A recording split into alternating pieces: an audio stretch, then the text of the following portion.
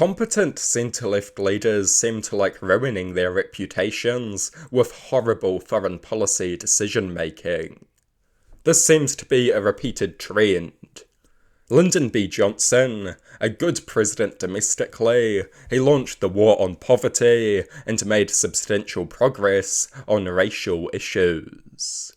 But his appalling involvement in Vietnam is what he is remembered for. Tony Blair, probably the most competent man to lead Britain in the last 50 years.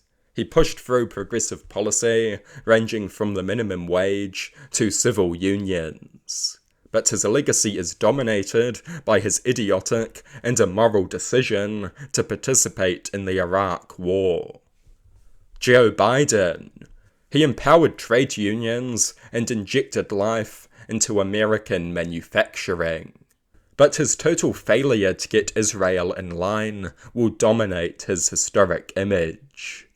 Liberal leaders have a tendency to let bad foreign policy destroy their otherwise decent legacies. We have seen this occur repeatedly. They make good decisions domestically, but barely part with the right on key international issues. That is a major problem. At the end of the day, foreigners cannot vote.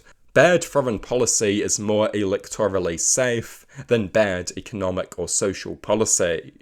Still, this indicates that we need to put significant effort into holding Liberal leaders accountable on these issues.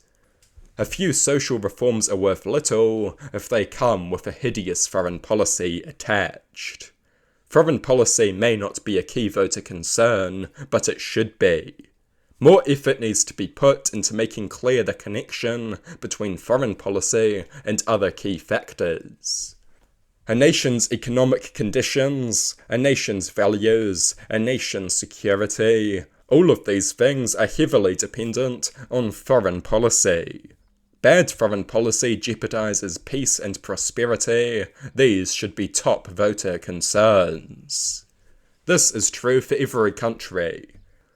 It is true for large countries because large countries have a massive impact on the world stage. It is true for small countries because small countries are highly vulnerable to international chaos.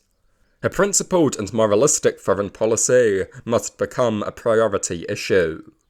Some speak about continuity and predictability. Often this just becomes an excuse for letting the political right set the agenda, maintaining whatever rot they have established in a nation's foreign policy. This is a mistaken approach.